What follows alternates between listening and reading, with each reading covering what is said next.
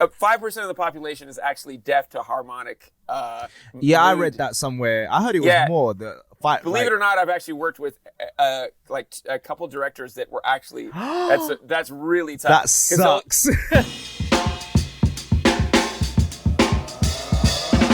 He's written the music for over 70 titles, including Iron Man 3, Avengers, Age of Ultron, and of course the Fast and Furious series, the latest of which is F9, which is in cinemas right now. Mr. Brian Tyler, welcome to the Jax Jones and Martin Warner show. Hey, good to see you. Listen, you look like you're in a really nice spot right now. I'm seeing a bunch of awards.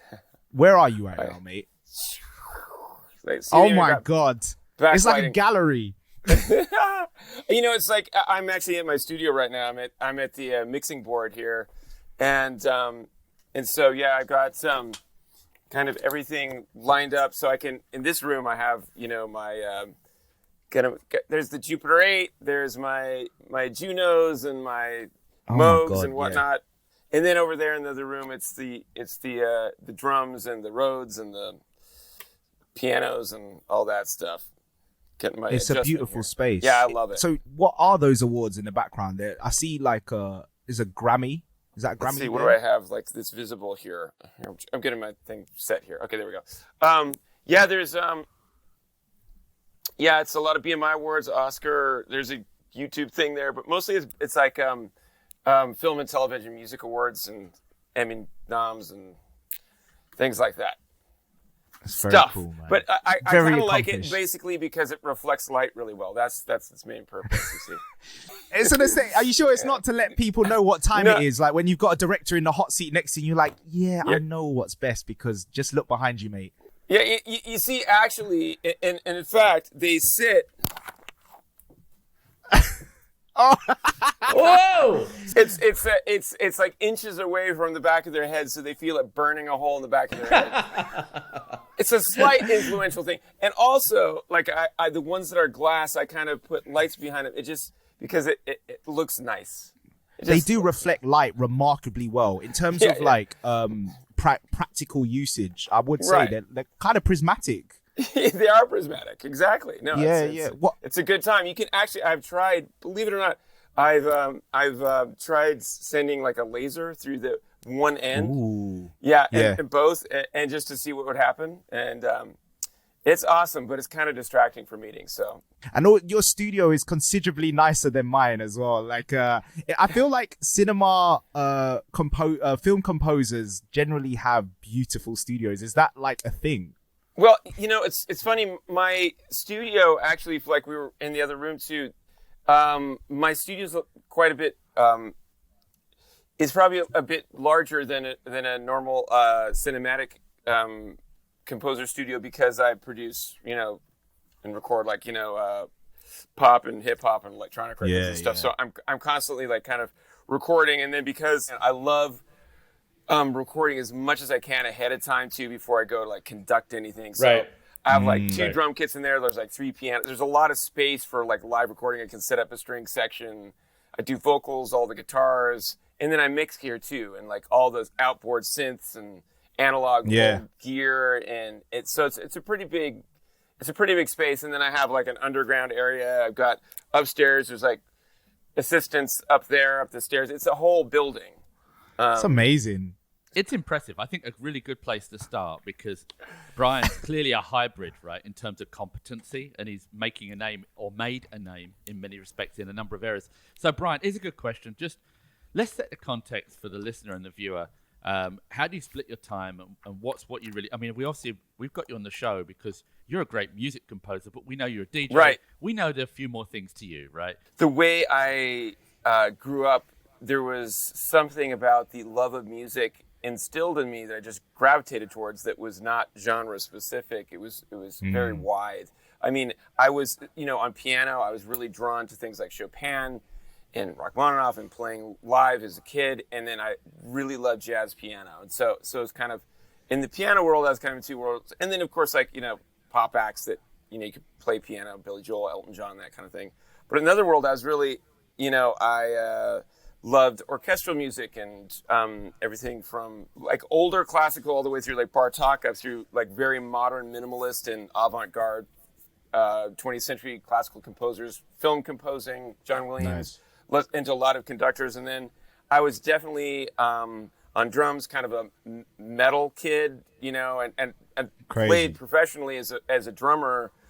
Kind of lean towards the like Rage Against the Machine vibes. And then I was a hip hop kid. I loved hip hop and like programming. I even did like popping and locking, like battles, and like I was really, really into that early hip hop all the way through. Did a lot of programming, 808s, 901s. They got into rave 303s, rave scene, and like all along the way, I was like not just kind of casually interested in these things. I was hyper invested in trying to deconstruct every one of these genres, like a maniac. And I was born with something that's called synesthesia. And it's this. You can see music in color. Yeah, it's kind of a. Is that not the right term? Is that the definition? It is. Yeah, it's technically kind of like a condition. I think Pharrell has it as well. I didn't know that. I've actually worked with him. That's weird. That's interesting. It's a really strange thing, and so I didn't discover it that I kind of had that till later. Right. But I think that had something to do with the.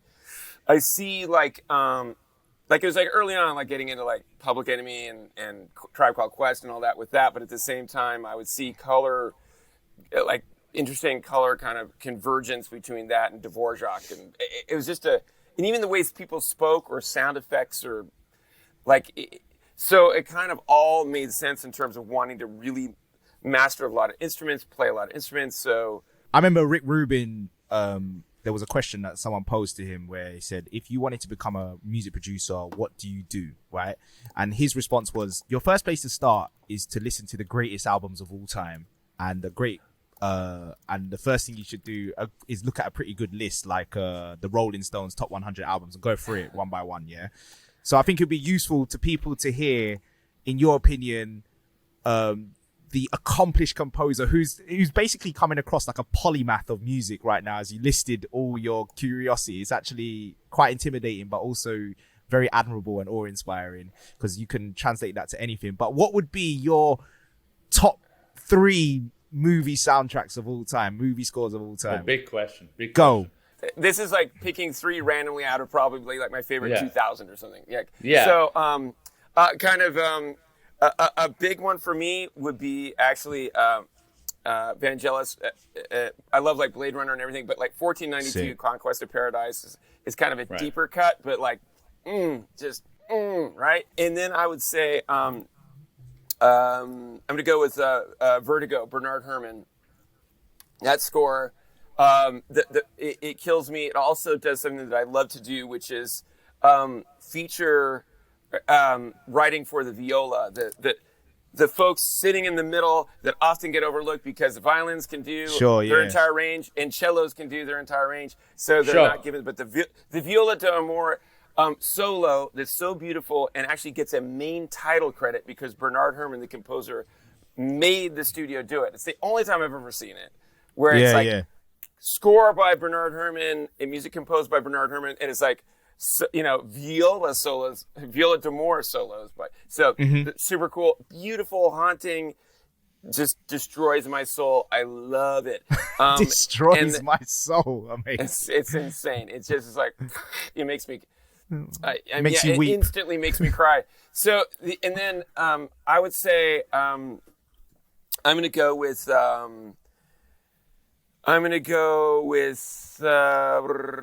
E.T. Oh yeah. Yes, mate. Talk about telling a story with the music. I remember as a kid, I would put that on, and I could see the whole movie. I could hear E.T. and Elliot, for sure. Again, killing me softly, right? It's just beautiful. You can relive the movie through that music. Yeah. So obviously you got to see it, but then it lives 100%. It was because of Star Wars and E.T. and a lot of John's music and also, just so many of the greats that I would put it on, and that is why I started in a way inverting the process, and I would read books like science fiction books and even science fact books. I was very huge into science. In fact, that's why I loved your Brian Cox episode, by the way. So I would read Carl Sagan or Hawking or Richard Feynman or Penrose. And as a kid, I would write music to kind of score it. Now, granted, I only could play it on the piano, but in my head, since I had no access to an orchestra, I was fascinated with the idea of doing what John Williams did, which was to write for orchestra, but then also expand the instrumentation to things like a CS-80 that Vangelis used and a Jupiter 8 that Martin Gore was using with Depeche. Right. And these things, and in my mind, I couldn't afford those things. I didn't have them. I had a piano in my brain. Yeah. And so I'd write it down. And the craziest thing for me was that I actually ended up doing what I do. And I wrote this whole kind of score for Children of Dune, which was between Dune Messiah, and Children of Dune was like the middle book of the Frank Herbert series. And when I started scoring, it was kind of crazy. In 2003, this director called me up, Greg Utanis, and I'd just done Plan B for him, which was like this jazz, big band, Diane Keaton comedy score. So it had nothing to do with anything. Yeah. But he calls me, he's like, yo, Disney is making this adaptation of Dune Messiah and Children of Dune, these Frank Herbert novels. You probably never heard of them, maybe you have, and would you like to score it? And I'm thinking, I when I was 12, I started, like, what are you talking about? Of course, yes. Crazy, so, dream come true. Yeah. And so actually when I went to the opening salvo of that score, which is called Salusa Secundas, was what I wrote when I was 12. And so it was like a nod to the dreamer that I was. And so when I got up to conduct it was like congratulations, full, like, it's that kind of thing where someone looks up and is like, I want to be a Formula One driver, like Lewis. And he literally, like, you know, he told Ron Dennis when he was a kid, I'm going to be a driver for you in McLaren. Yeah. And sure as hell he was. But it was like, this just felt like way out of my reach. And so I'm really lucky to be doing what I'm doing, honestly. How old were you when you scored your first film? 21. Oh my God. So see, when I picture like film composers, I imagine someone perhaps balding or with wiry hair, some bad posture because they've been conducting for so long. Like, did you? No, I came. Trust me, I was like the absolute anomaly. Like, who the is that? That sounded like Conor McGregor. Who the is this guy? Was that your Conor McGregor impression? Yeah. I'll make sure he hears remember in that press conference, he's looking around and that one guy's behind him, and so funny. Anyway, but I have a better ankle. Anyway, I've been working with orchestras though since I was like 14, because I did this concerto and I was like all over Europe playing with orchestras and whatnot. So I was used to it, but in film composing, I was way off by like a 20-year gap between kind of what would be considered young. And so when I got up, even a young one would be 40. And so I remember getting, in fact, I remember I was at Abbey Road, and I think it was Abbey Road, and it was London Symphony or London Phil. I'm not sure. Basically, when I got up to the podium, and no one knew who I was. I got a movie based on my music, and when I showed up for the interview, they're like, "What on earth are you doing?" Because it was a requiem that they heard that they wanted to use, so they were kind of picturing like exactly what you're saying, turtleneck, like the wiry old, hair. Like kind of academic, rounded square glasses, tweed or whatever. So, I got up there in like a t-shirt and it was in the morning and the orchestra is kind of tuning up and I get up on the podium and I'm nervous as hell. And like I remember the cellist. Oh no, this was in LA. It was in LA at Sony Pictures. Yeah. And so I got up to the podium and I remember David, one of the cellists, who's a good friend, but he's like John Williams cellist and Steve Erdotti and Bruce Dukoff and all these players that I had only seen by looking at the CD like booklets for who plays for John Williams. Sure. And that's how I decided on. That is when they asked me. Amazing. they're like, who do you want to use for the orchestra? And I'm like, oh my God, like, you mean I can just say names? And so I went through and I got out, actually, Saving Private Ryan, I think, the CD book, and I just typed it in an email and sent it. Yeah. Yeah, so, yeah, that's it. Here we go. I'm done. You're like, wow, what an informed list. You know? Yeah. Anyway, so I did that, and I get up there, and I get up to the podium, and I looked aside, and of course, not to blame, but the cellist says, yeah, hey son, could you hook me up? I can't hear. My headphones are jacked up, and the light. Thought you were a techie. You were a techie. Yeah. So then I walked back down, and then Sandy DeCrescent, who is the contractor for John Williams and everybody, she got up there and was like, I want to introduce you to. And I got up there, and I was like, what up? To like right to the cellist. Yeah. Anyway, so yeah, there was a Amazing. bit of that kind of like, who the hell, you know? But it was great, and really, and in London, I'm there so much conducting, and I do concerts and work with that orchestra, and here in LA, all over the world, you know, Vienna and whatnot. And so it's been great, but there was certainly a bit of that time when I was coming up where I looked like a child, and I had to really kind of prove myself. So I would write music. There would be one piece in the movie that would be so insanely technically difficult to play for everybody. I can write because I play cello and these things. So I don't write like their parts like a piano player. Like often composers, they'll write kind of how their instrument is, but having another musician play it. And I kind of write specifically for the instrument, you know? And so you play cello, piano, drums. What else? Yeah. Well, guitar. Everything, basically. It's like, I don't know, it's like 30 or 40. It's a lot. It's a lot of instruments. But Damn, son. yeah, it kept going. I always try to learn something, like a new instrument many times a year even.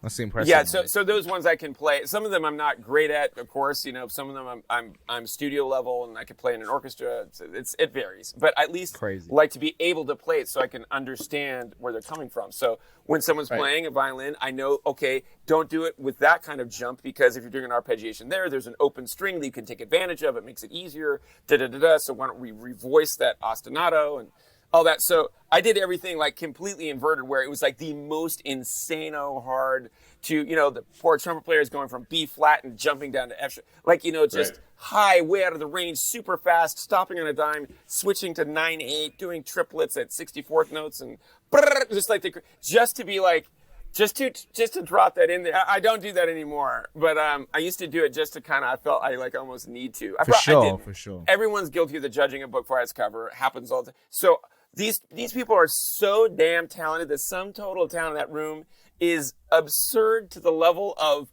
10 to the 25th power. Like, it's out of control how talented they are. You know, they were the best of the best of the best of the best of the town that they grew up in, and then they were the best of the best of the best at Juilliard. You know, like in their one instrument, and then maybe they make it into the orchestra. Yeah. Were you intimidated by that? Yeah. I mean, yeah, of course. Yeah. I mean, I'm standing in front of these people, like, because you never studied music, so like you're coming in all flair. Do you know what I mean? I studied music all my life, but in a sense, I'm self-taught. But not formally like them. Yeah, I did piano. That was the formal thing I did, but that was like after the fact, and even drums. But I had been playing for a long time, and then you were like, maybe you should get some formal. But harmony theory, all those counterpoints, I went and I autodidact, completely dove into all the theory books and everything, and lectures and whatnot, so I could learn terms to kind of concepts I already knew. So I didn't know what circle of fifths was. I didn't know what counterpoint was, or antiphonal, or all these different extended techniques and things. So I could speak with the orchestra, because I needed to be able to write it down and speak about every single instrument. So I know what the oboe does, and the clarinet, and the bass clarinet, and the contrabass clarinet, and the trombones. So I need to be able to talk to all of them about why the harp pedaling isn't right. So I had to learn that in a sense, which was a joy for me, because just kind of like it made me able to write differently, knowing what these instruments could do. I was like, I didn't know that you could play a cello down by there, and it did sul ponticello, which is this kind of like harmonized weird sound with the bow, and so I started doing that, you know. And so the the education of it was really important. I just did it in the kind of odd way. That's all. Has anyone ever trashed something you've done? Like, well, like a director, you got to collaborate with directors. Right? Yeah. Do you ever? That's a different thing. But do they reject you like you do think? A bit like with Ross, right? You know, you can't help it. You put something out there. You're talking about Diana Ross. Did you just call her Ross? Well, no, I didn't. I wanted to get your acknowledgement without having to get into detail. But the point is, we've all produced something, and we say that's f***ing great, and then someone says, "Yeah, could you try something else?" This is not what I wanted. Yeah, I guess because I guess the director has a vision for a scene as well. Sure. And you've got your interpretation, and obviously you work together to be as close to that as possible. But have they ever Brian, sure. this when ain't you have it, bro? disagreements, and there are disagreements that are honest disagreements, and then there are disagreements that happen. See, I'm so used to doing this process, and typically they're not actually used to even.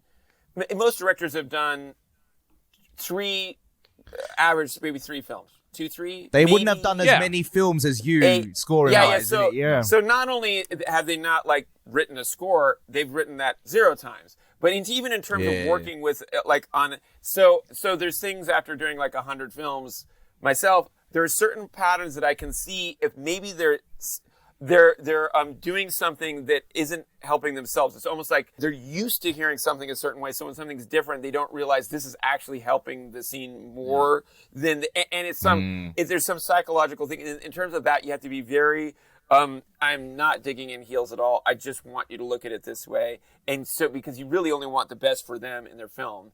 And sometimes it's hard for them to know that. But on the whole, my 99.999999999% of the time, part of what I do that's probably a strength of mine is being able to empathetically hear like emotion through music through a scene. So it's a Rosetta Stone I have with the director. What I do is I say, tell me what you want from this scene emotionally. So he's not saying, use a clarinet. It's like, I was like, what is it you want? And I want to get really specific. Yeah, like down to the point of like, there is a push in on this character and you're looking in her eyes. Yeah, absolutely. And what is she thinking? And she's like, oh, well, she's thinking of her husband that had died. And I'm like, okay, I'm going to subtly start playing the husband's theme or something like that, right?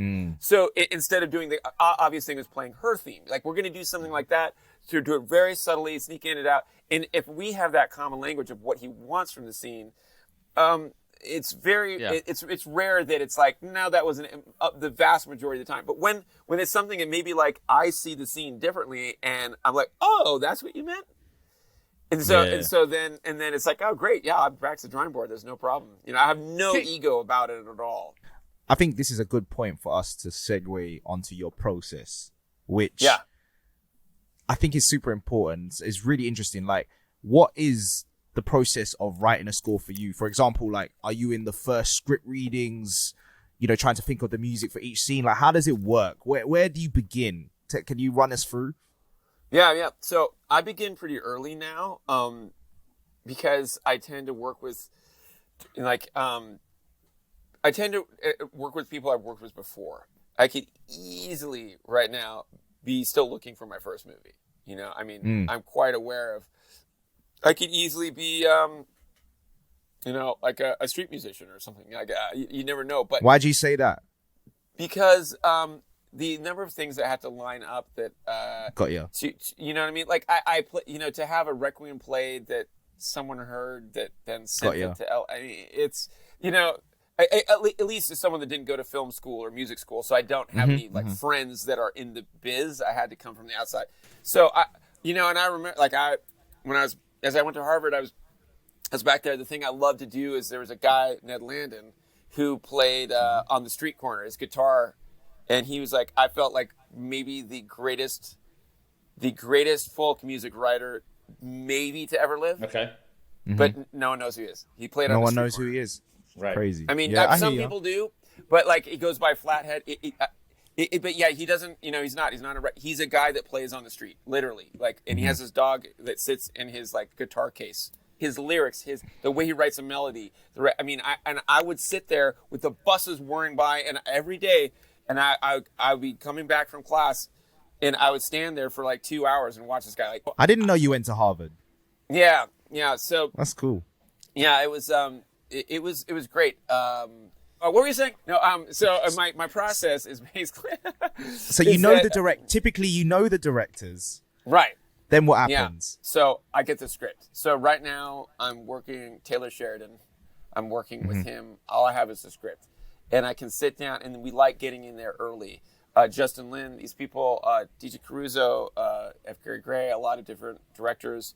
We're pretty early in the process, and what happens is I just kind of get a sense of what it might be, and sometimes it influences the way things are. So it depends on the project. Now, I have done it many times. I got to say, like in 2003 or 4, somewhere in there, I was working on a film for William Friedkin, The Hunted, and over at Paramount, and I was also scoring Star Trek. This is like early days for me, and I remember I was conducting Star Trek, and I had heard that Jerry Goldsmith, who is one of my idols, was dropped from the movie Timeline, and which was Richard Donner's film, and based on the Michael Crichton book. And I signed an online petition. I was like, how dare Paramount drop Jerry Goldsmith? He is this is how, and I was a notable kind of name on the list. The movie was coming out, lo and behold, guess who got the call to replace Jerry Goldsmith? So, yeah, this is my idol. Like, this is what we were talking about. Yeah. Remember you were just saying who are your favorite? I listed him next to Ennio, right? So I'm like, what? And it's like Richard Donner, the director of The Omen and Superman and, Goonies and everything. So I go in and meet with him. And he's like, yeah, look, we got we love your work. We heard Children of Dune, the thing that and they tempt the whole movie with his music. Well, in that case, I had like 9 days, and that was on paper. You had 9 days to score this whole film. Yeah, it's like 9, maybe 10. It was very short, and that was to get. How many pieces is that? How many pieces of music are we talking? Like 70. Lord of mercy! It's insane. 70 pieces of music in 9 days. It doesn't even seem possible. Yeah, that's 70 days. By the way, writing for a full orchestra. So you had to write violins, second violins, viola, basses, trombones, bass trombones, French horns, flutes, clarinets, bass clarinets, harp parts, the percussion, timpani, marimba, piano, the vocal, the choir, beyond. So the pressure is on. The pressure is on. Yeah. So this is where film composers have this weird. We probably all, unless somehow. There's a couple composers that really can take a long time with a movie. I know Cliff Martinez is able to work with directors, and he kind of gets it early. And I'm sure he could do things quickly. But there is you have to hear the music in your head and not second guess yourself, and absolutely start immediately writing. And that was how long I had to then record it. I conducted it to the very, very, very last second, and I conducted the main title last with one take. At the very end of the day when the clock was running down, because that's how tight it was, and then we mixed it and put it in there. It is there's no second guessing when it comes to a schedule like that. So there's the other extreme. And I've done that probably 4 or 5 times in my life. Would you say you get better? Do you get a better result that way, or do you prefer to spend more time? I think you get your first impression, which I think 90% of the time is right, but you miss maybe that 10% where the second version is better. Funny enough, I've spoke to other composers about this and directors, and I think there's 2 things that composers must do extremely well, and I'd be interested in your critique or if this relates to you. And by the way, John Barry, John Williams, they would follow this approach, right? And that is, you got to get in early, right? You got to be first to the party, build that collaboration with the director, and then they give you a script, and you're like, okay, you don't know exactly how the scenes are going to play out. You don't even know what's on the faces. All you've got are words, right? So it's the first opportunity for you to develop a vision for the theme, right? So you start to get to work on themes, right? Is there a husband theme, right? What is the subplot, right? How stylistic does this have to be? 100. Is it about space? Whatever, right? And then what happens? John Williams calls it the spotting process. I kind of love this concept that when the actual footage is done, then you get your notepad out or whatever, and you sit with the director. You go, well, what scenes need music, right? Do you do that? Is that your kind of process? Every time. Yeah. So I will sit down and I will watch the music, and they'll have tent music on, and I'll just mute it. And I'll watch the film, and it's like, at this point, the nervousness of a director is completely justified in the sense that they're handing their baby over to one person at the end of the movie. Oh yeah, that is, yeah. it's the one thing that a director can't do. It's funny. John Chu was talking about this, director of Crazy Rich Asians, and he was like, "Look, Brian, I can direct a film. I can shoot. I know how to use lenses. I can even act badly. I can write a script. I can do technically. I can light. I could do gaffer. I can technically do everything on this film. If you hand me a baton, I have no idea what to do. It is such a mystery that it's scary for them. So at this point, Sure. it's like I take the movie and it's like, okay, here I go. This is what I think. I see this vision. And I will hear the music in my head when it should come in and out, what I think, and then I spot it, which is like, here's the point at which music starts, but you don't really hear it yet. And by here, we so subtly crescendo at such a tiny rate, you don't even know that music snuck in the door. So you're not aware that you're in a movie theater. You're just like, there's music there all of a sudden, but it happens so soft. Then you start to do it, and you subtly do it, because I never want to be the like, hi, look at me. I'm music. You know, you don't want it to be where the film, you feel the camera's here. Sometimes with movie scores, I feel like here's the camera, and if the camera just went to the left, you see an orchestra playing, right? So, so you want to do it so it's organic to the film. You do your thing, and then you sneak out the back door. Don't even notice it's gone. And so that's my spotting area. So what I'm doing is I'm giving them handles of the slope of when it comes in and out. And then talking to the director and saying, I think we need this here. I think we want to be counter here. If it's a thriller, sometimes I'll say, I want a misdirect or a red herring. I'm going to do 3 red herrings in a row. At number 3, the audience is going to figure out that I'm doing a red herring, and it won't be a red herring on number 4. Things like that. So to get what the do you mean by that? So, for instance, red herring. So like doing a movie like Scream or anything like that's like a thriller, Frailty, which so that specific genre, let's say, I will do music that is intentionally leading you down the wrong path emotionally. So something happens and it shocks you. You play so with I us. will. Yeah, and I will do things with tempos where things are landing on such an offbeat that you kind of get in a rhythm, and you subconsciously are tapping out, and something happens on the offbeat. Well, you may do that a few times, and then subconsciously the audience might figure out that that's what you're doing.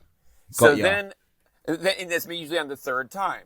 So after that, then you don't do the red herring, you do the obvious thing, which shocks them.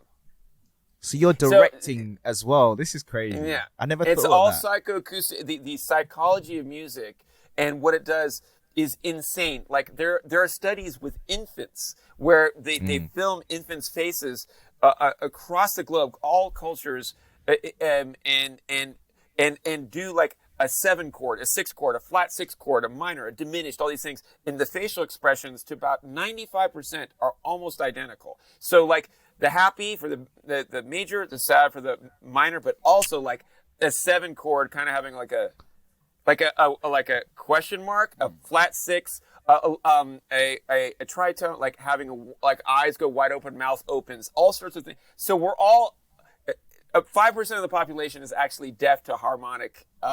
Yeah, I read that somewhere. I heard it was more like 50% like tone deaf. Like no, tone deaf. That's different. So tone deaf is that you can't distinguish. Like you wouldn't be able to sing a song, a note back to someone. No, this is that if you play literally a chord that would make everyone feel like melancholy or a very specific emotion, they don't hear it that way. They're like, "Oh, is that time to party?" You know, like. Oh, is it like being colorblind but music blind? Yeah, basically. but like 2 chords. Yeah, so it's 5%. So. And I that's a sad story. Believe it or not, I've actually worked with like a couple directors that were actually that's really tough. That sucks. You'll do something that everyone in the room is like, oh my god, and they will. It's not their fault. They just laughing at a funeral.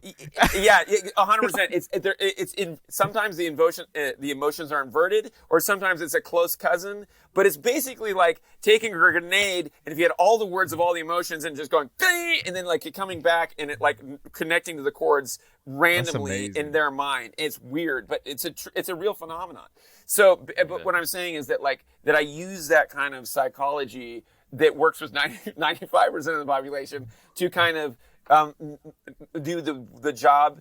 50% of my job is kind of emotional manipulation or creating emotion with music, and then the other 50% is clarifying the narrative of what's happening in the story, which you can do by things like themes and motifs and leitmotifs and whatnot to kind of guide you through the story a little bit more clearly and provide that. But to me, that may be 50-50, but to me it's like 80% emotion, really, if you think about it. So I'm very aware. What's the of how saddest those chord? work.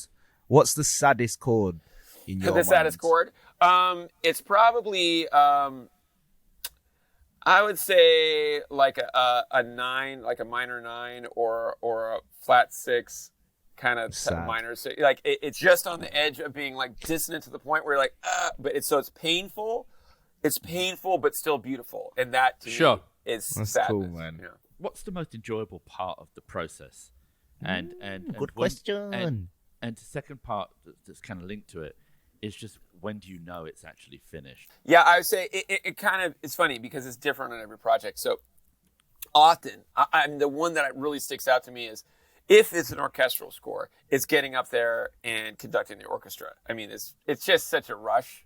It is like, it is like, that is the musician's version of, oh my God, I just piloted an F1 fighter. You know what I mean? It's like the Top Gun of, right? So that is an insane rush, or conducting in concert the piece that you did. So especially satisfying if it was a piece that one of those executives didn't like, but ended up being the one that's like number one on your Spotify that everyone cheers for, that you get to conduct, and you're like, I'm in concert, ha ha ha. Anyway, there's always, but no, it's those moments or playing. I'll tell you what, the for sure, I know for sure, even beyond that is, whether it's a director or for people that I know that come in, and it's happened on Are We Dreaming a bunch because it's so personal. I'll play a piece if I turn around and I was like, what do you think? And you see tears, like it affected. Amazing. Oh my God. Yeah. There's something just happened. I actually have recorded, which I'm so glad I did. I happened to have a voicemail recording. I just played something, and I played something that was like stunned silence for like 8 seconds. I was like, what's going on here? He says, his response was, that's the best piece of music I've ever heard. He's like, wow. And he just kept on saying, ever. That, and just that moment of like, my God, just seeing joy on someone else's face through your music. Yeah, it's better than like the premiere or like a one person on one. Yeah. It could even be it could be my wife. It could be someone I don't know. It could be whatever it is. If someone is affected by something, and sometimes when I'm doing Are We Dreaming, and someone will come up to me afterwards and like someone did, because Guy Peter, I still know, he came up and he said, I brought my son to your show, and with that piece, we experienced something that is hard to explain, but we now have a bond together that I never thought we'd have, and we never had before. For some reason, some moment, like a trigger. So it's like a life thing. Those things are way crazy. beyond. Yeah, where you don't expect that because but those are amazing. And then also if you get past some kind of adversity, like so for me, I'm a huge Formula One fan, and like massive, crazy fan. So when Formula One called me up and was like, hey, we love your music. We're thinking of maybe branding Formula One with the theme that's worldwide, since every territory plays a different song. Sure. And I kind of want to do the Olympics. That was so terrifying because I didn't want it to ruin my favorite sport. If I struck out and failed writing that theme, now I had, it's like Eminem, Mom Spaghetti. You get up there, you give them that chance to do it, and you like, you nosedive and fail. Now I can't even. Now every time I watch Formula One, I'd be like, crying. You know, Yeah. like I had this opportunity. So what do you do? Oh my God. What- So what I did is actually, you know what triggered it for, I just sat there. This was the longest time I had the blank page, I think, ever. I was just like, How long we talking? A day? Couple hours? I usually can write something and start writing something that I really feel is the strongest version within 5 minutes. Like, you know, that's usually amazing. So this was like a month that goes by and I'm like I'm like, everything sounds what? Like, so what I realized is why I love Formula One is all the emotion of when things go wrong and your team or your driver is down and then something happens that's victorious, but also those moments of tragedy, or not just tragedy, but like also just disappointment. Like as a Kimi fan, I remember he'd be like, he's gonna win the championship. Wing flies off, goes into the wall. No, you know. And so what? Then Lewis, when he came on the scene, when he was a rookie, I'm like, there's my guy. He was my favorite. I was like, this guy, and he was with Alonso, teamed up with him in McLaren, junior driver, newest driver. I'm watching the season. I'm like so pro Lewis, and this is what got me to write the theme. I remember that experience of watching him come to the pits and Alonso blocking him and all this, and how close he got to winning the championship, and just barely by a point, like on one turn, bumping into Kimi Räikkönen, I think at China, that threw it away. Comes back. It's the last race. He just needs to finish, I forget what, 5th? Yeah. And he is stuck behind Sebastian Vettel for like all that starts raining. There's no way he can pass him. And I'm just like, it's happening again. Oh my God. He was going to win. He's going to lose the championship by 1 point to Massa. Anyway, I remember that feeling of when he came around the corner, past Timo Glock at the last corner, wins the championship by a point. Everyone goes bonkers. You see his brother hugging him and his father and the thing. I was like screaming my head off. And it was such a moment. I went back and I watched that. And then boom, the theme came to me. Because it was the emotion. It wasn't the action that did it. It was the emotion. So I think that's how you get over writer's block, is you come from emotion. That's cool, man. Right. Yeah, I can't escape it. So sometimes I say if something's going on personal in my life or something, someone's being a bit hard on me or we get in an argument, I'm like, I gotta pull out of this like whole situation because I do have something due and I'm going to be conducting in 2 days. And this will block my ability to write. That's crazy. Music. And so it is a tough kind of haul sometimes, just being personally and like family and all that. Yeah. Because I'm so affected by things that I kind of have to be like, you know, it's not like I can go in and be angry and work on some real estate contractor, you know, like an attorney. Yeah, this is a feeling for you. Yeah. Are you a one-man show? In terms of your work, do you have a team or are you just all on your Jack Jones? Yeah, I write the music and I also, all the way to mixing and mastering, I'm really, really, really particular. Like I can't let anything go, but I have like a support team of assistants and things that keep the business and going. Like, you're the sole creative force. Yeah, that all comes from you. You are the end to end, right? In terms of what you produce. And like that's usually at the mix stage is when composers hand things off. No way. Like because I produce music. You sonic as well, yeah. So you actually know production, yeah. So do you? I can't let your that go. days must be crazy then, bro. Like, or do you keep a strict schedule for your creativity? Like, are you a morning creative and late creative? Like, or do you just work like mad? Yeah, I work. I mean, I work typically till what was it this morning? I probably work till like 5 or 6 in the morning every day, something like that. Crazy. Because because the creative process starts at. I try to start doing it in the day, but it's phone calls and things like that. And then once it kind of tapers off, nighttime is when I'm not interrupted. So I'll be doing that, getting ready for going out to do the casting and choreography, like all the rehearsals for the live musical in like 4 or 5 days. So I'll be cranking. It's amazing. And, yeah. Well, I mean, it's a tough schedule when you add things that are not cyclical, like promo. And stuff like that you then have to go and do, or sourcing new projects and all that stuff. It sounds like you've got a great pipeline, but we all work long hours. That's a really tough thing to it's endure, grueling, yeah. To keep. It's grueling, and it's 7 days, and I can't remember a New Year's or a Christmas Eve that I didn't work. I mean, it's really once I started doing like probably year 2, and I started doing like 7 movies a year, whatever it was. it's been this way for like on average for over 20 years. Outside Formula One, which is we can see that speaks to your heart. Yeah. What's your favorite movie score that you've done? Like the one that just stands out. Do you have one? Because they're all yours, right? They're all your product. Yeah, I mean, I Which one's your baby? It's impossible. Well, I'll tell you what. Yeah, I can now say it's Are We Dreaming? Because that's a direct. It is writing music. That is you.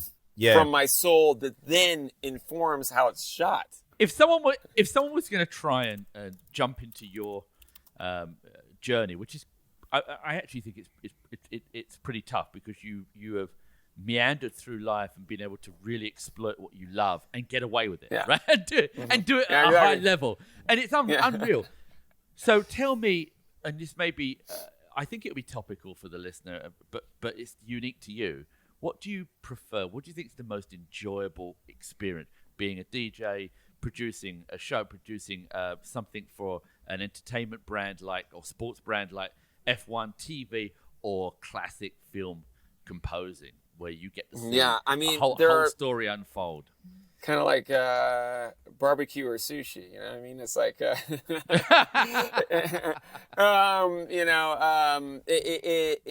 they're so different, but I would say that the process of being able to do something live is really gratifying, because when I work on movies, which I love doing and writing, it is done in a vacuum. I don't see the reaction of my audience. It's invisible because they're in the theater. But when I get to go and conduct in concert, it always surprises me. Or Are We Dreaming is also a live experience. So either one of those two, when you do it and you directly see their faces, you hear the cheering, and then you go and you talk to them afterwards, it's like, this actually impacts people. And that can be lost because I don't, things online, and I get a lot of messages and stuff, but it's kind of hard to process that. But seeing someone face to face, and another level, and it really is the thing that brings it home, and kind of most elucidates how music can impact someone, and more specifically my music, which is in that case that means the world to me. It's very clear to me as a movie auteur, also been in the industry 25 years, that when I think of blockbusters, the opportunity that was afforded to John Williams, who, is a maestro, a genius, right? Working in his close partnership with Spielberg, he was able to take these colorful stories and create iconic moments that feel like they last many, many generations, right? You are now in a position where if you look at gross of movies, scope of movies, the biggest audiences that still watch what is considered a blockbuster, it seems to be you.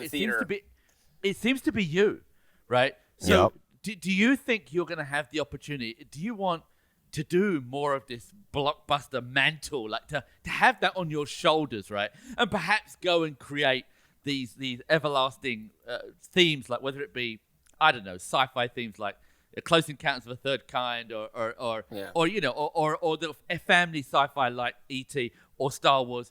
Do you want that challenge, that responsibility? Yeah, I mean, well, for sure. And the thing is that that's what I do in whatever I'm given. So I treat every film that I score like it's E.T. or Star Wars or Citizen Kane, no matter what. So some of the scores, so that the people that know the scores, sometimes it's in a title that you wouldn't expect, is a theme that for me it resonates at my very, very best, even if it's a movie title that seems kind of like the theme. If you watch the recording session on YouTube of the theme to Teenage Mutant Ninja Turtles, right?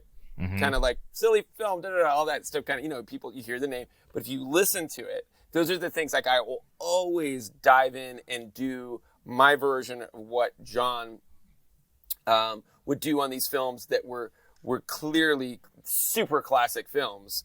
And then if I'm doing Avengers or Iron Man or Thor or any of these things, the Thor theme, for instance, that you can see, there's a live version on those ones that are kind of like those tunes that stick with you. And is John is who's brilliant, and he has the greatest movies of all time at the same time, and so the idea of how many times will we have a Spielberg and a Lucas in their prime doing films at the same time? It's a rare kind of thing. Fair point. But Fair point. what I always want to do is always treat everything that I'm doing from top to bottom as if they have achieved that level of close encounters. So I will give it my all no matter what. So in a sense, the music, I will always be doing it from the perspective of leaning into it, and whether or not the vehicle that delivers the music to the people is that or isn't going to really. It's not that it doesn't concern me. It would be great if it was like a movie like E.T. or whatever. But at the same time, I'm going to put the music out there for people to find, regardless, and whether it's a blockbuster or a tiny film, and that's kind of, I think, always going to be my approach. But I will always, I feel very lucky to have done these movies that have these gigantic platforms, and it's like, it is bizarre to look at things that I never, for someone that was kind of like, I feel like I'm the perpetual outsider and not film school, not music school and everything. And there's like this list of like all-time gross or whatever. And I'm like number 9 all time, some crazy thing. Crazy. Oh, you're up there. You're up there. Yeah. It's like 9. Final boss. boss. Like, how long? I haven't been doing it. I feel like I'm just starting.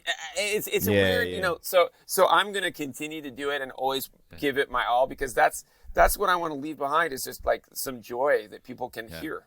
I got to ask, because it feels like what I take, and this might be really simple, but it's just like how curious and how deep you go into stuff. And it feels like that exploration drives what you do. Now, being who you are, doing so many things at the same time, do you still leave space in your day for that, to go deep into something that perhaps isn't like related to your work? So that could be the thing you draw on in 5 years. Do you know what I mean? Yeah. So basically, if you're talking about, okay, so I'm just going to show you. Here's my phone, right? Yeah. Right now, I'm watching The Origin of the Universe just got way weirder, and then Cyclical Universe Theory. This is what comes up for me. Civilization Lifetimes, 5 Unsolved Mysteries of the Universe, Biocentrism, Who Is This Man? Amazing. And then like, so basically, like, it's anything that's like true science and debunking pseudoscience. And I just, so that's why I love Brian, He's a dude. And also, Richard Dawkins, all sorts. So all that kind of thing was something that always fascinated me, and that's actually more what I studied anyway. I didn't go to music school or whatnot. So amazing. So that kind of that wonderment of existence and how small we are, like the Richard Penrose equation, being that basically everything relative in the universe by relativity sorry, I was playing. I get a feeling you're watching it while you do this interview. Yeah, no, you're just sorry, so gifted right now. We're basically nearly infinitely small and infinitely large by comparison from everything from atoms to galaxies, and that idea of our smallness and this tiny amount of time we're on this earth motivates me to do what I love. And kind of not give a rip about the kind of the race, the rap race, like comparing yourself to, why is this person doing this and I don't get to do this? Why am I playing on this stage and that guy's playing on that stage over there at the festival? I mean, all that bullshit is like kind of something that I think, for me, science and especially physics and cosmology kind of keeps me I love keeps that. me centered. So you get over artistic insecurity via science, and it's amazing. Yeah. But what it really speaks to is this thing I talked to you about, Jax, about distraction theory, and that's to get to the truth or the essence of yourself is to focus on things that make you happy. So as soon as we start to draw comparisons too early, we are already distracted. So your idea, your analogy of like, am I on this stage or I'm on that stage? Does it really matter? Are you doing something that makes you happy, right? And happy. that's it. And we've all three of us are doing this, right? We go on with curiosity in this journey to find things that make us happy, right? The sands of time will blow over everyone, and over time, the universe will be indifferent to the fact that humans even existed. A lot of people would get existential crisis, or that sounds like a down thing. For me, that is a beautiful thing, because it is the great equalizer. The fact that I can't maybe necessarily get the same table as Steven Spielberg at a restaurant does not matter at all. Universe is that a thing in Hollywood? Is that a thing? Were you trying to go to the Chateau Marmont and you're like, dude, why am I not sitting over there? What the hell? Like, no, yeah. Honestly, last night, you know, last night I Postmated McDonald's, so don't even. True story. But no, the idea of worrying about, like, I'm really lucky to be able to have shelter and sustenance and friends, and outside of that, the sands of time will judge us equally.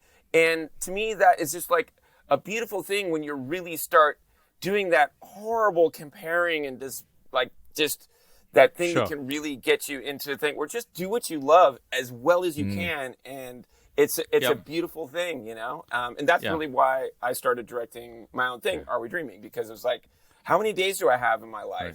You know what I mean? Like, we all have, like, it's like tokens that you're using every day. You don't know how many tokens you have. I have probably about, let's say, 22,000 tokens left or something like that, you know?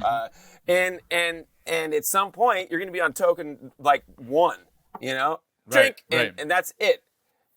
Well, there's also a sense of deep humility to you. And yeah, you know, if you can have that global perspective, right, or that great equalizer, I think that is an enabler for humility, and we all could do with some humility. Yeah, I love your energy, bro. Yeah, that's fire.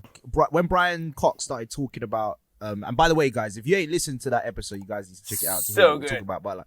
But when he started talking about the meaning of intelligence and our role within the universe, and how the unlikely events that occurred for us to exist, it's like.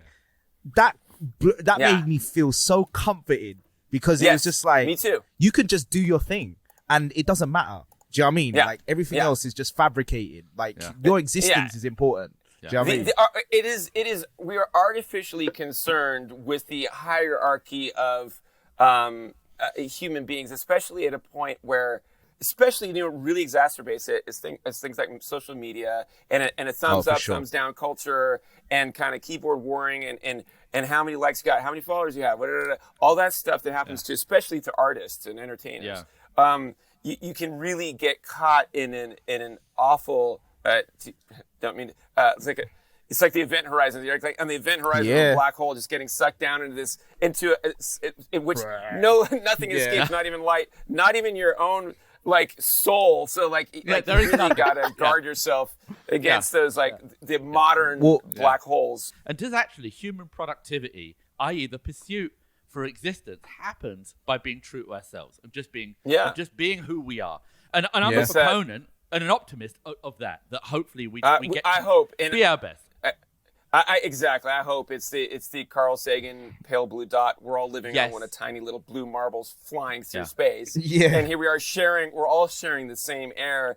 What are we doing? Like, bonking each other over the head over invisible lines in the sand. And it's it really, Brian's got it right in that sense, that I think the beauty of respect for others and knowing that we are all like tiny kind of makes it in a sense, know the fragility of the planet that we're on, that we should really be working together to get there. Unfortunately, everyone isn't on the same page, but we do our best. But that is why I'm doing Are We Dreaming, is the entire theme of Are We Dreaming, which I'm directing. It's about our existence.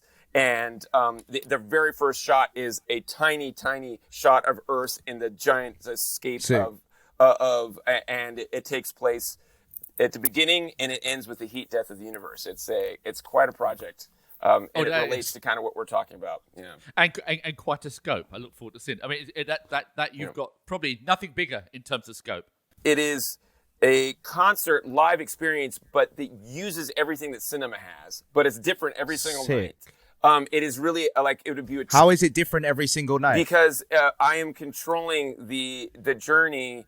I have done like 9 hours of finished footage and CG and music and the beginning point and the end point are the same, but how you get there is different. And I'm doing it live as I read the crowd. Is it more of a like, are they going to get into a, like a drum and bass thing? Is it more orchestral and introspective? I do all of that. It hits pretty much every genre in a fluid kind of way, but the journey is slightly different depending on the crowd. You can just tell different ages, different people are very different, how cosmic they want to get, how rowdy they want to get in that journey. And it's really it's a soul hitter. It's that's pretty cool. It sounds sick. Yeah, it sounds sick. Cool. I want to. Are you bringing it over here to the UK? Oh yeah, we will be for sure. Yeah, it's like a completely like immersive blackout. You walk in a room and it's like almost sensory deprivation. You can't even see where the screens are. It's all super, super high tech, like beyond high def, where your brain can't even almost tell the difference between. It's not a pixel thing. Like you can't even really tell the difference between the picture and your brain kind of reads it as reality. It's and you're constantly like going through wormholes. It's in 22 different countries. It goes sometimes following the story of an infant that all the way till the very last day, and then backwards, and then it's sounds amazing. But music first. It's music first, and then everything else follows. So it's more like a concert, and you're standing and you're experiencing it that way. So it's supported by cinema, for want of a better word, or supported by the visuals are everything I've learned from cinema. And I've been telling other people's narratives for 25 years, and this is my chance to tell my own narrative and tell a story. But everything is done music first. So I'll do the music. Sometimes it's like IDM, really ear candy. Sometimes it's big and epic and orchestral. Sometimes hip hop. I have a lot of hip hop artists. Sometimes music from India. Whatever it is, it's new music. And then that sets the stage, and then the story is kind of written and shot around that, and then the journey is different. As I've been testing it here in LA, there's been people that have seen it like 35 times. Like it's different every time. Yeah. It's IDM just as well. permutations. You couldn't even do it the same way twice, even if you tried. I don't remember because I'm doing it live. So I like that intelligent dance music, which is what IDM stands for. Is that something you've coined? No, it's something that I'm heavily involved with. It's basically like really ear candy, like brain, like when you hear it, it's just like, ooh, it tickles your brain, like about how kind of tasty, like the sound is like, oh, like, you pull out all the air out of a mix, and then like, so when that comes in, it's almost like the most brain, like hi-fi, like, how does it sound like that? It's just mind-warping sound you can have. It's crazy. Are there some master chords in getting that ear candy? Like, is there something concentric to that?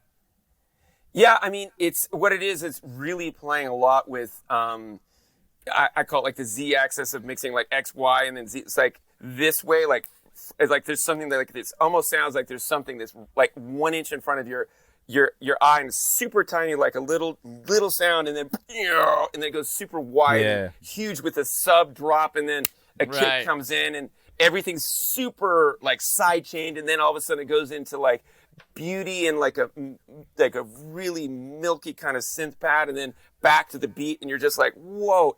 It's sensory, like ASMR. Yes. Yeah, kind of. There is an ASMR feeling, like sometimes like a snare will have like a backwards water splash with it, and then just going to dead zero, and that really ASMR kind of, but like with music. And it seems to me like the thing that defines a great music score is ultimately that anchor theme, right? That then can just run off on its own, right? Theme first. Theme first. Like, what is the essence to creating a great theme for you? Like, how do you get these now that's moments? A 10 out of 10 question. I like that. Yes. Let's go. So 10. stuck the landing. So Yeah. the it's funny because John being a mentor of mine and us becoming friends over the years, he's just got his Lifetime Achievement Award in 2017, which was one of these, and I was one of the presenters and gave a speech about him and kind of what he means to us composers, and it was something I had mentioned. I was like, there's something that you said that was like so key, or like you can kind of make when you write music, you can make it that it's very complex, and you can do harmonies and counterpoints and all of this kind of window dressing. But when it comes down to it, can you take one finger and play it on the piano and remember it? Ooh. Oh, great. Dynamite. Yeah. No way Dynamite. you think about that. You think about that? That is exactly what I do every time. And so that was John Williams' advice. And so what I do is it's always going to be something, can you listen to it once and remember it? And that is for sure absolutely the bar for me every time. If it's not that, dun, dun, dun, dun, dun, dun, dun, dun, dun, whatever it is, if you can't instantly recall it, it's not good enough. And so what I do is when I do in film, the one thing I do is I always go to the opening weekends. It's kind of weird, and I said this in a documentary once, but I go to the opening weekend and I will mill about after people are coming out of the theater, go into the restroom and like hang out, like, and like kind of like hide somewhere and hear people are if they whistling the theme or humming the theme. And to me, if you take it home with you and it becomes part of your kind of your memory, then it becomes part of your soul. And that to me is the best piece of advice from John. To me, better than anything, the simplicity of it is the most difficult thing to do. And I think, and that's my mantra. That's what I live by as a composer, for sure. What do you want to be? I know you want to produce your best work, but what is there left to do, or what would you want to be remembered for? I think that the at the end of the day, it's that composer of films that created Are We Dreaming is the thing that because it's not something that's finished. It's something I'm going to continue to do and will evolve through the years. It's a never-ending kind of. It's not like a movie where you finish and end, but this idea of doing a project that is truly me at the core, musically and narrative and visual storytelling, the whole thing. It kind of it plays on me as a complete, like as every part of me, including me as being a visual artist, like all of it. And I feel that like sometimes composing is as a part of me, but it doesn't cover it. So if it ends up being that it's composers the thing, that's great. But I think that the idea of being an artist that really put themselves out there to say something about who they were, that's important to me. That I do that in a way, and that's why I'm taking that. I'm giving it my all in terms of who I am, so people really kind of will know most directly who I am. Because in a way, with that, watching that, you almost get to know me better than if you sat down and had lunch with me. I'm able to speak through music and storytelling about what I think of the world and who I am much better than kind of I clumsily use grammar and words to try to explain music. It's like I would rather like an epitaph be just some music playing. Well, it feels like the best is yet to come. Yeah, I'm excited, man. I'm excited to see your what would you describe it? Your cinematic experience. Are We Dreaming? I can't wait. Yeah, it sounds sick. Man. Yeah, it's a journey through time and space and who we are, for sure. It's so cool. Brian, it's been a real pleasure. This has been so much fun. It's been great talking to you. Thank you so much. You too. Thank you so much, man. It's been just so much fun. No doubt.